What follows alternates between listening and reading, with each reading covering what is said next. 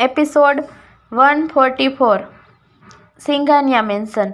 Breakfast के समय सभी आंखों में अनोखे सवाल लिए महेंद्र जी को देख रहे थे। पिछले दिन अरशद के अचानक से चले जाने के बाद से ना तो उसने अपना कॉल उठाया था ना ही उसकी तरफ से कोई मैसेज आया था, जिस वजह से सभी के मन में अरशद के चले जाने का एक अनचाहा डर था जिसे वो चाहकर भी छुपा नहीं पा रहे थे। महेंद्र जी सबके मन की व्यथा को समझते हुए बोले, तुम सबको इतना ज्यादा सोचने और परेशान होने की जरूरत नहीं है, वो जल्द ही वापस आ जाएगा।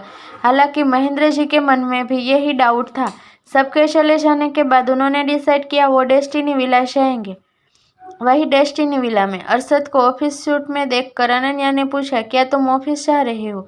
इसके इस सवाल के पीछे एक बेचैनी यह भी थी कि कहीं अरशद अधीरा के साथ मीटिंग के लिए तो नहीं जा रहा, मगर यह वो सीधे तौर पर नहीं पूछ सकती थी।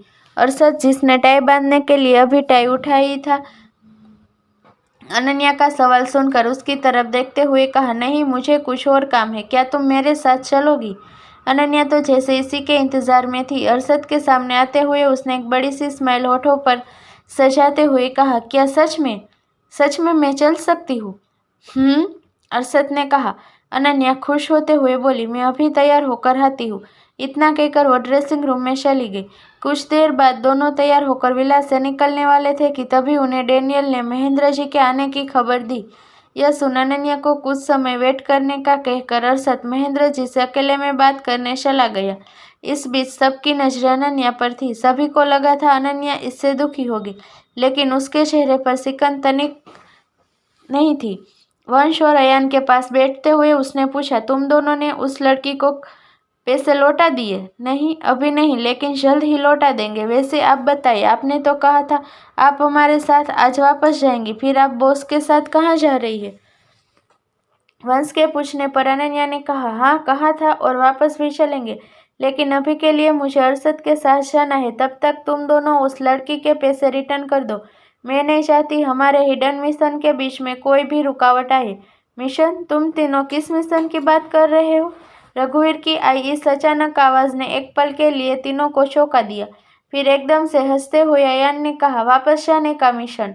शायद आपको नहीं पता, हमने बहुत कुछ प्लान किया था। अगर कल का हादसा नहीं हुआ होता तो इस वक्त हम रिजॉर्ट पर जाने की तैयारी कर रहे होते। अयान की इस बात पर अनन्या और वंश ने भी हामी भरी। रघुवीर ने कुछ पल तीनों को देखा, फिर ऑफिस निकलने से पहले तीनों को वार्न करते हुए कहा, उम्मीद करता हूँ तुम तीनों कोई शैतानी नहीं करोगे। वही महेंद्र जी से मिलते ही अरशद ने पूछा, दादाजी आप यहाँ पर क्यों आए हैं? जवाब में महेंद्र जी ने कुछ ठहरते हुए कहा, मैं उसे लेने आई हूँ। यह सुनते ही अरशद की आंखें छोटी हो गई। उसने थोड़े कड़क मगर दबी हुई आवाज में कहा, मुझे लगता है मैंने आपको पहले ही इस बारे में बता दिया है। तो महेंद्र जी बोले, मुझे याद है, लेकिन वो तुम्हारा फैसला था और तुमने ही कहा था अब वो अपनी जिंदगी के फैसले खुद लेगी।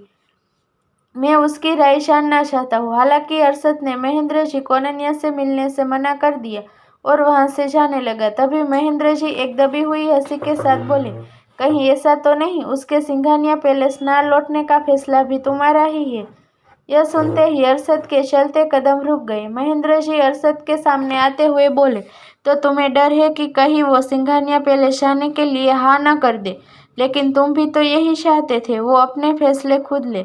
मुझे बस उससे एक बार बात करनी है। अगर उसने मना कर दिया तो फिर कभी इस बारे में बात नहीं करूँगा।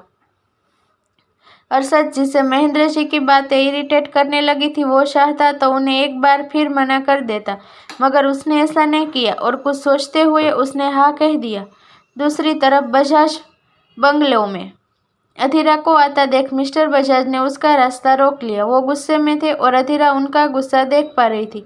उसने सोचा, क्या डैड को पता चल गया है? भाई अनन्या से मिले थे। वो बोली, डैड क्या मैं जान सकती हूँ आपने मेरा रास्ता क्यों रोका है? तुम रात भर कहाँ थी? मिस्टर बजाज ने गुस्से को दबाते हुए पूछा। तो अधीरा ने कहा, आप जानते हैं मैं कहाँ थी, फिर भी आप यह पूछ रहे हैं। तो मैं सही था, वो वापस आ गया है। अधीरा ने मना नहीं किया। वो बोली, हाँ वो वापस। इससे पहले अधीरा अपनी पूरी बात करती मिस्टर बजाज ने लगभग गुस्से में चीखते हुए कहा, तो मैं सही था, वो वापस आ गया है और वापस आने के बाद उसने ना तो मुझसे बात की ना ही अपनी माँ को इन्फॉर्म किया। और निकल गया उस लड़की के पीछे।